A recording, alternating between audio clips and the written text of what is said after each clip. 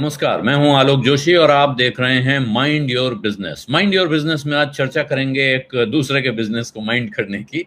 कहा जाता है अपना अपना काम देखो, लेकिन हमारी रिवायत है, परंपरा है, आदत है भारतीयों की कि हम दूसरे का काम ज्यादा देखते हैं।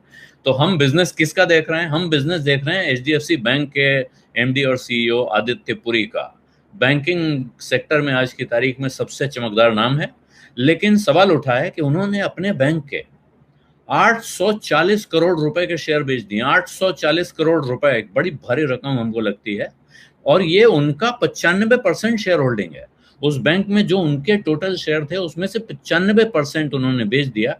840 करोड़ रुपए से ऊपर की रकम उन्होंने इतने के शेयर बेचे हैं। इस पर बहुत सवाल उठ रहे हैं। लोग पूछ रहे हैं कि ये शेयर क्यों बेचे गए और क्या एचडीएफसी बैंक में कुछ गड़बड़ी है जिसकी वजह से ये शेयर उन्होंने बेच दिए हैं। तो इसी पे बात करने के लिए मैं खास तौर पे बैठा हूं। लेकिन ये बात शुरू करूंगा उससे पहले मैं आपसे आग्रह करूंगा कि अगर अभी तक आपने मेरा यूट्यूब चैनल वन आलोक जोशी सब्सक्राइब नहीं किया है तो उसको सब्सक्राइब कर दें, घंटी बजा दें। इस वीडियो के लिंक अपने मित्रों के साथ शेयर करना ना भूलें, इन्हें लाइक करना ना भूलें। ये जो प्रोग्राम है माइंड योर बिजनेस, ये मैं खास तौर पर सत्यहिंदी.com के लिए बनाता हूं। ये मैं आपको पहले भी बता चुका हूं। सत्यहिंदी.com एक कोशिश है कुछ पत्रकारों की सच को सामने लाने की। जैसा सच मैं आज बोलने जा रहा हूं वो भी एक सच है जो आपको कभी सुनने को मिलता है, कभी नहीं मिलता है। लेकिन सच अनेक प्रकार का है और सच को दबाने की कोशिश लगातार चलती रहती है। बहुत मशहूर कोट्स हैं पत्रकारों के जिनका कहना है कि खबर वो है, यानी वो खबर अखबार में, मीडिया में आनी चाहिए जिससे कोई ना कोई रोकने की कोशिश कर रहा है। जो कोई चाहता है कि ये खबर ना आए वो तो सच है, और अगर कोई ऐसा नहीं चाहता तो जो आप कर रहे हैं वो खबर नहीं है, वो फिर पब्लिक रिलेशन है। तो इसके अलावा जिस चीज को कोई रोकने की कोशिश नहीं कर रहा है उसके अलावा सब कुछ वो पीआर है, यानी प्रचार है।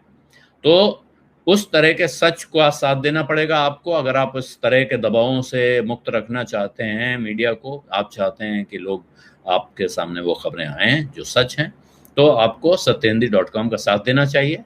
वीडियो के डिस्क्रिप्शन बॉक्स में एक लिंक है जिस पे क्लिक करके आप सत्यहिंदी.com के सदस्य बन सकते हैं। एक सदस्यता स्कीम खुल गई है, उसका लिंक पे आप जाएंगे तो आपको उसका पूरा ब्यौरा मिलेगा, और सदस्य बनने का कोई फायदा है, नुकसान है, जो भी है वो आपको वहां दिखाई पड़ेगा। मेरा आग्रह है कि उस लिंक को एक बार क्लिक कर दें। और अब हम शुरू करते हैं बात आदित्य पुरी की। आदित्य पुरी पर सवाल उठ रहा है, पिछले हफ्ते की खबर है, उन्होंने करीब 842 करोड़ 70 लाख रुपए के शेयर बेचे हैं। अब इस पर बवाल हो गया कि भाई क्यों बेचे। लगभग 78 लाख शेयर इनके पास थे, जिसमें से 74,20,000 शेयर उन्होंने बेच दिए हैं 21 से 23 जुलाई के बीच बाजार में। 21 से 23 जुलाई के बीच ये शेयर बेचे गए हैं। आदित्य पुरी साहब अक्टूबर में रिटायर होने जा रहे हैं, इसलिए लोग इसकी टाइमिंग को जोड़ के देख रहे हैं कि आदित्य पुरी ने रिटायर होने के पहले अपना इतना बड़ा स्टेक बेच दिया। कहीं बैंक में कुछ घपला तो नहीं है? क्या हमको भी बेच देना चाहिए एचडीएफसी बैंक का शेयर? और सवाल यहां तक उठने लगे, जैसे अभी हमने देखा, हमारे दर्शक पूछ रहे हैं कि क्या एचडीएफसी बैंक में एफडी करना सेफ है? तो इन सवालों के जवाब दूं इससे पहले मैं आपको ये समझाना चाहूंगा, जो लोग नहीं समझते हैं। बहुत सारे विद्वान लोग इसको देख रहे होंगे, वो समझते हैं कि ये शेयर पुरी साहब के पास आए कहां से। पुरी साहब इस बैंक के ओरिजिनल प्रमोटर तो है नहीं। ये आपको पता है एचडीएफसी बैंक के प्रमोटर एचडीएफसी लिमिटेड है, और उसके जो चेयरमैन हैं दीपक पारेख, वो उनके परिवार का स्टेक है, वो लोग प्रमोटर्स हैं। वहां से उन्होंने एचडीएफसी बनाया, फिर एचडीएफसी की सब्सिडरीज हैं, एचडीएफसी बैंक बना। एचडीएफसी बैंक में मेजर शेयर होल्डर अभी एचडीएफसी है। आदित्य पुरी इस कंपनी के एमडी और सीईओ अपॉइंट हुए थे 26 साल पहले, जब ये बैंक शुरू हुआ था।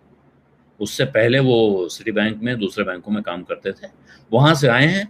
लगातार 26 साल इस बैंक की टॉप पोजीशन उन्होंने ऑक्यूपाई करके रखी है। वो इस बैंक को चलाते रहे हैं। एक छोटे से बैंक से शुरू किया था, एचडीएफसी बड़ी कंपनी है पीछे, लेकिन इसके बावजूद वहां से शुरू करके उन्होंने इसको देश का सबसे बड़ा बैंक बना दिया है। हमने जब अभी कहा कि उन्होंने 840 करोड़ रुपए के शेयर बेच दिए, 840 करोड़ कितनी बड़ी रकम है, लेकिन ये 840 करोड़ के शेयर किस आदमी ने बेचे? उस आदमी ने जिसने उस बैंक को पिछले 26 साल में 6 लाख करोड़ रुपए का बैंक बनाया है। 6 लाख करोड़ रुपए का मार्केट कैपिटलाइजेशन इस बैंक का बन चुका है उनके टेन्योर में।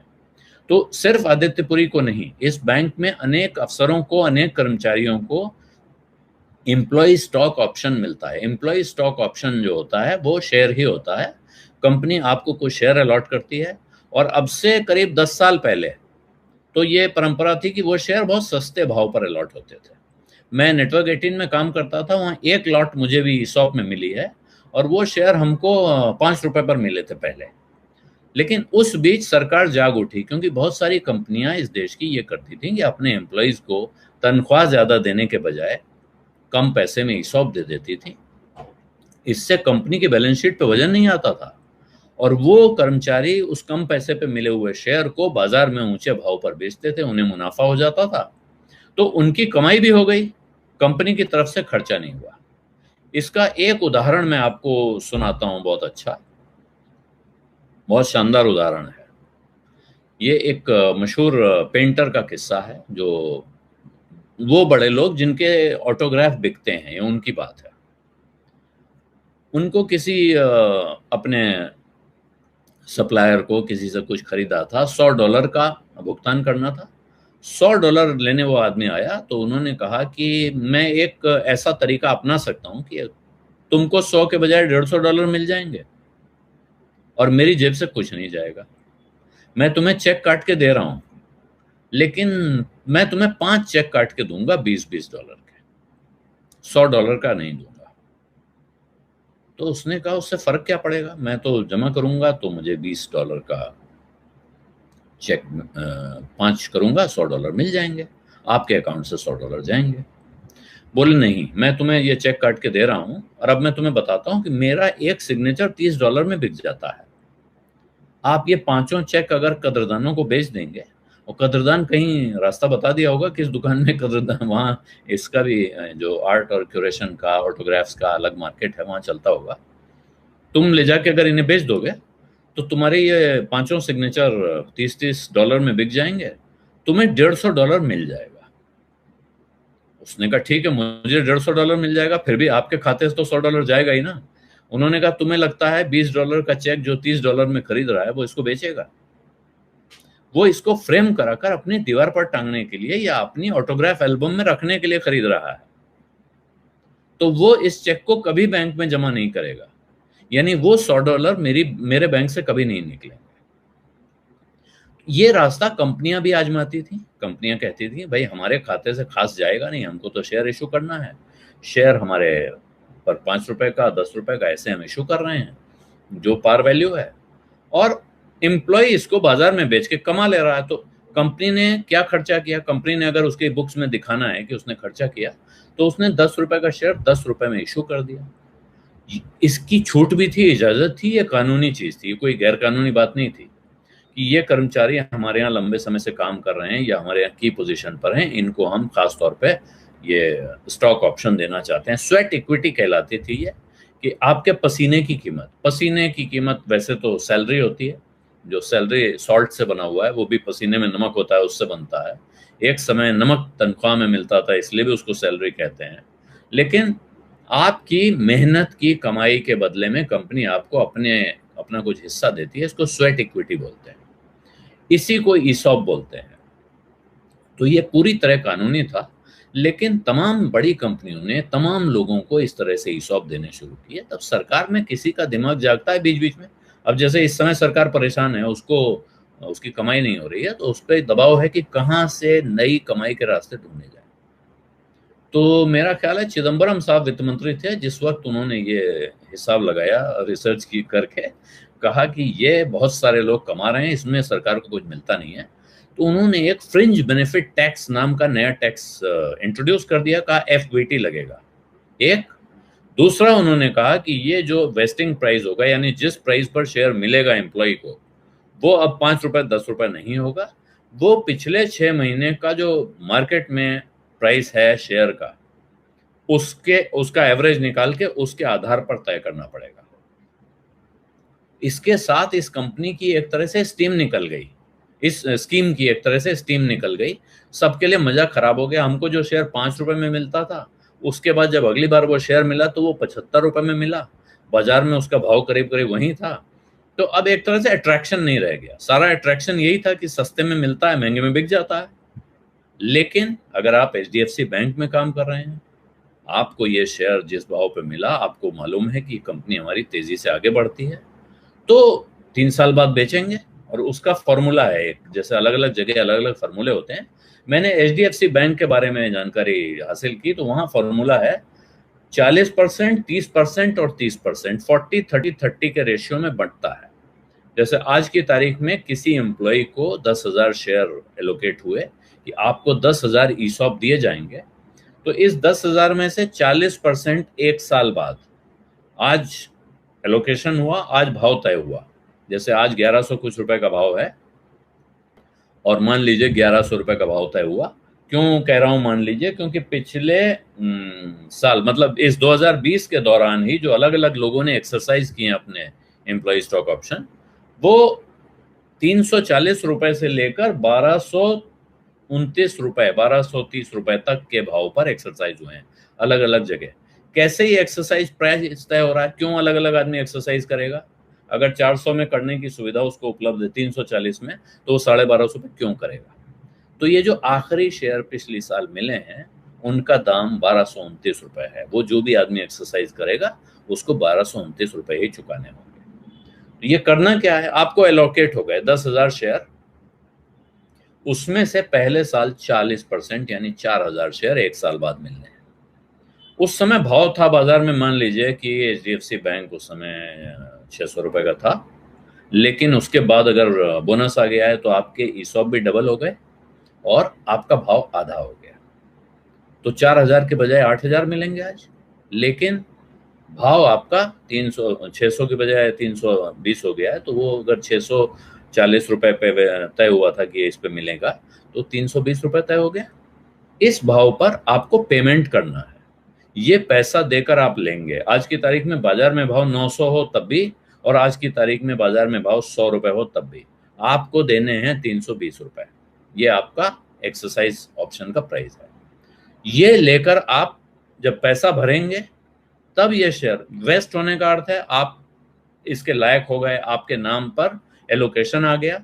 लेकिन जब आप पैसा देंगे और वो शेयर अपने खाते में लेंगे, ये उसको एक्सरसाइज करना कहलाता है। उसके लिए आपको इतना पैसा देना होगा। इसके बाद अगले साल, 2 साल पूरा होने के बाद 30% और जुड़ेंगे, और तीसरे साल 30% और जुड़ेंगे। ऐसे 3 साल पूरे होने के बाद, मतलब आज से 1 साल, 2 साल, 3 साल, तो एक्चुअली 4 साल हो जाएंगे। उस वक्त तक वो पूरे शेयर आपके नाम हो जाएंगे। इस बीच दूसरी स्कीम आ गई, उसका रेट कुछ और होगा, तो वो नए रेट से आपको उस स्कीम के शेयर मिलेंगे। इस तरह वो रेट चेंज होता रहता है। और इसी वजह से जो इस साल लोगों ने अलग अलग शेयर एक्सरसाइज किए हैं, तो उनमें से कुछ उस वक्त का होगा जिसका वेस्टिंग प्राइस 340 रुपए है, इसलिए वो 340 या लिखा हुआ है 340 रुपए के पर वो एक्सरसाइज किया गया। दूसरी तरफ किसी ने, उसको पिछले साल मिला था 1229 रुपए पर, उसने इसी साल बेचने का फैसला किया, एक्सरसाइज किया, लिया और बेच दिया, तो उसके लिए वो प्राइस 1229 रुपए। अब एक नया चक्कर है। मान लीजिए बहुत सारे शेयर मिल गए। मैं आपको एफबीटी जिस साल लागू हुआ उस साल का किस्सा बताता हूँ। मेरी कंपनी में एक हमारे मित्र थे, और उन्होंने मुझे कहा कि आप समझ नहीं रहे मैं कितने प्रेशर में हूँ, मुझे 32 लाख रुपया एफबीटी चुकाना है। हमारे जैसी कमाई में 32 लाख रुपया एफबीटी भरने का मतलब, इसका अर्थ है कि उन्हें अपने पास का बहुत कुछ, या तो सारे शेयर बेचने होंगे, या कहीं से कर्जा लेना होगा, या कोई फ्लैट बेचना होगा। इस तरह से पैसा जुटाकर वो टैक्स देना था। तो अब आप आइए आदित्यपुरी पे वापस। आदित्यपुरी ने 840 करोड़ रुपए के आसपास के जो शेयर बेचे हैं, इसमें से जो उनका एक्सरसाइज प्राइस है, अब वो उनका इसमें से 340 है, 400 है, 1200 है, मुझे नहीं मालूम कितने चंक्स के शेयर थे जिनको वो बेच रहे हैं, जो उन्होंने बेचे। जितना भाव था वो तो उनका बेस प्राइस माना जाएगा। उस भाव के ऊपर जिस बाजार भाव पे बिके हैं, इन दोनों के बीच में जो फर्क आया, उस फर्क पर 30% फ्रिंज बेनिफिट टैक्स उनको चुकाना है उस प्रॉफिट पर।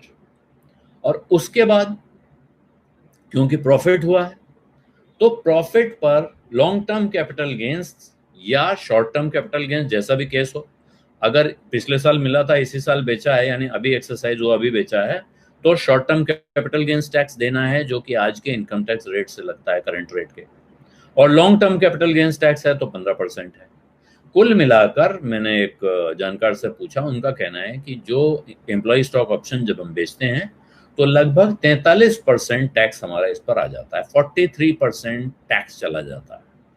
यानी इस 840 करोड़ रुपए में से 43% टैक्स जाना है। और अब आदित्य पुरी साहब को जो बहुत सारे शेयर मिले हुए हैं अलग अलग समय पर, उनमें से उनके पास अभी, हालांकि वो अक्टूबर में रिटायर हो रहे हैं, लेकिन उससे पहले उनको उनमें से कुछ एक्सरसाइज करने के लिए बचे हुए शेयर जो मिल रहे हैं, मिले हुए हैं, एलोकेट हुए हैं, उनको एक्सरसाइज करना है, जिसके लिए उन्हें 400 करोड़ रुपए से ज्यादा चाहिए। 400 करोड़ रुपए से ऊपर की रकम उन्हें अभी अपने पुराने शेयर लेने के लिए चाहिए। तो इतना आप समझिए, लगभग ये गणित जुड़ जाता है कि ये एक्सरसाइज करने के लिए उन्हें जिस पैसे की जरूरत है, वो पैसा जुटाने के लिए और कुछ और खर्चे करने के लिए उन्होंने अपनी कंपनी के शेयर इस भाव पर निकाले हैं। वो इससे पहले भी एक बार दो बार बेच चुके हैं, और उस वक्त भी उन्होंने जब शेयर बेचे थे, जो एचडीएफसी बैंक की रेगुलेटर के यहाँ जो उन्होंने फाइल किया है डॉक्यूमेंट, उसके हिसाब से अक्टूबर 2015 से जुलाई 2020 तक, यानी अक्टूबर 15 से लेकर और इस समय तक, पिछले 5 सालों का हिसाब है, 34,20,000 शेयर एक्सरसाइज किए हैं आदित्य पुरी ने, और जिसकी एक्विजिशन कॉस्ट उनकी सारा मिलाकर 158 रुपए पर शेयर खरीद बनती है। 158 रुपए पर शेयर की खरीद पर उन्होंने ये शेयर लिए हैं, और जो बेचे हैं उन्होंने कुल मिला के, ये वाला मिलाकर और पीछे के भी जो बेचे हैं, कुल 96,50,000 शेयर बेचे हैं, जिनका दाम कुल मिलाकर लगभग 1165 करोड़ रुपए रहा है। अब क्योंकि हमको और आपको ये रकम बहुत बड़ी बड़ी लग रही है, भारी अमाउंट है, इसलिए ये लोगों के मन में बहुत शंका उठी, ऐसा लगा जैसे कि पूरा खजाना खाली हो रहा है। लेकिन उस खजाने में से बड़ा हिस्सा अभी वो दोबारा लगाने जा रहे हैं। पहला इंडिकेटर ये है, जिसकी अगर आप इसको लेकर चिंतित थे तो ये चिंता दूर हो जानी चाहिए। दूसरा ये है कि आमतौर पर रिटायरमेंट के पहले या कंपनी छोड़ने के पहले उस वक्त ज्यादातर जो सीईओज होते हैं वो अपने स्टेक खत्म करते हैं, कम करते हैं। हो सकता है ये ना करें, कुछ लोग रखते भी हैं, जैसे नंदन नीलेकणी या इन्फोसिस के चेयरमैन नारायण मूर्ति साहब ने, उन्होंने रखा। जो डिपेंड करता है कि आप आगे क्या करने की सोच रहे हैं। हो सकता है आदित्य पुरी रखें, हो सकता है वो न रखें, लेकिन मेरा कहना है कि मेरा पैसा, मेरी मेहनत का पैसा मुझे मिला है, मैंने कमाया है, हासिल किया है, अब मैं उसको बेचता हूं तो इस पर सवाल क्यों? एक सवाल उठा कि साहब उन्होंने जब बेचा उसकी खबर एक्सचेंज को तुरंत क्यों नहीं दी। इस पर मैंने स्पष्ट सवाल पूछा, उसका स्पष्ट जवाब मिला है कि 48 घंटे के अंदर एक्सचेंज को बताने का नियम है। 48 घंटे के अंदर एक्सचेंज को खबर दे दी गई, इसमें किसी तरह की कोई इरेगुलरिटी नहीं है। अब सवाल यह है कि एचडीएफसी बैंक को, दूसरा सवाल जो बड़ा सवाल है कि आदित्य पुरी ने 26 साल, और कल फिर मैंने दोबारा हिसाब देखा तो पाया कि हम कह रहे थे 26% सीएजीआर, एचडीएफसी बैंक ने 30% की सीएजीआर डिलीवर की है 26 साल में। हर साल 30% इंटरेस्ट आपको मिल रहा हो, ये लगभग ऐसा रिटर्न है अगर आपने एचडीएफसी बैंक का शेयर पहले दिन खरीदा है। और वो इसलिए महत्वपूर्ण है, जो मैं बार बार कहता हूं, बहुत सारे लोगों ने जिन्होंने अप्लाई किया था उनको मिला है। बहुत सारे एचडीएफसी के शेयर होल्डर थे जिनको प्रेफरेंशियल अलॉटमेंट में मिला है, एम्प्लॉइज को मिला है। बड़ी संख्या में इस देश में ऐसे लोग हैं जिनको एचडीएफसी का शेयर, एचडीएफसी बैंक का शेयर मिला है पहले दिन, और जिन्होंने उसको आज तक संभाल के रखा हुआ है। उनके पास बहुत पैसा है, इस शेयर में लगाए हुए 1,000 रुपए, 5,000 रुपए, 10,000 रुपए करोड़ों में बदल चुके हैं। इसमें कोई शक शुबा नहीं है। ये और आगे भी इनका ऐसे बढ़ने की संभावना बरकरार है। अब सवाल यह है कि आदित्य पुरी का जादू, a bank is as good at as its CEO. Aditya Puri अगर रिटायर हो रहे हैं तो ये बैंक क्या ऐसे ही चलेगा? तो अभी जो पुरी साहब ने कहा है, उनका कहना है कि साहब मेरा सक्सेसर, जो मेरा वारिस होगा, वो काफी सालों से इसी बैंक में काम कर रहा है। इसका अंदाजा आप लगा सकते हैं। कुछ दो नाम हैं बैंक के अंदर से जिनके नाम वहां लिए गए हैं उनके सक्सेसर के तौर पर, लेकिन ये फैसला अंत में रिजर्व बैंक ऑफ इंडिया करता है। इसलिए ये फैसला, कंपनी ने अपनी तरफ से 3 लोगों के नाम बढ़ा दिए हैं आरबीआई के पास। वहां से वो नाम फाइनल वापस आएगा, सबको पता चलेगा, हमको आपको, और तब उस पर दोबारा विचार किया जाएगा। और कुछ समय परफॉर्मेंस देखने के बाद कि ये बैंक क्या आगे इसी रफ्तार से चलता रहेगा। लेकिन मुझे ऐसा लगता है कि जिस अंदाज में उन्होंने इस बैंक को चलाया है, जिस अंदाज में अपने बाकी लोगों को ट्रेन किया है, तैयार किया है, उसमें फिलहाल कोई शंका नहीं दिखती है। दूसरा, डिपॉजिटर की नजर से जो लोग पूछ रहे हैं हमारी एफडी का क्या होगा, उसमें मुझे अभी बिल्कुल भी कोई चिंता नहीं दिख रही है। अभी फिलहाल कुछ समय तक तो कोई फिक्र करने की जरूरत नहीं है। अगर चिंता करने का वक्त आएगा, जरूरत दिखेगी, तो आपको भी दिखेगी, मुझे भी दिखेगी, हम सब बात करते रहते हैं। फिर इस सवाल पे लौटेंगे। ये वीडियो आपको कैसा लगा बताना मत भूलिएगा। इसको लाइक कीजिए, शेयर कीजिए और अपने मित्रों को भेजिए। साथ में मेरा यूट्यूब चैनल वन आलोक जोशी, अगर अभी तक आपने सब्सक्राइब नहीं किया है तो उसको सब्सक्राइब जरूर करें। साथ में घंटी भी बजा दें ताकि जब नया वीडियो आए या नया लाइव आए तो आपको तुरंत खबर मिल जाए।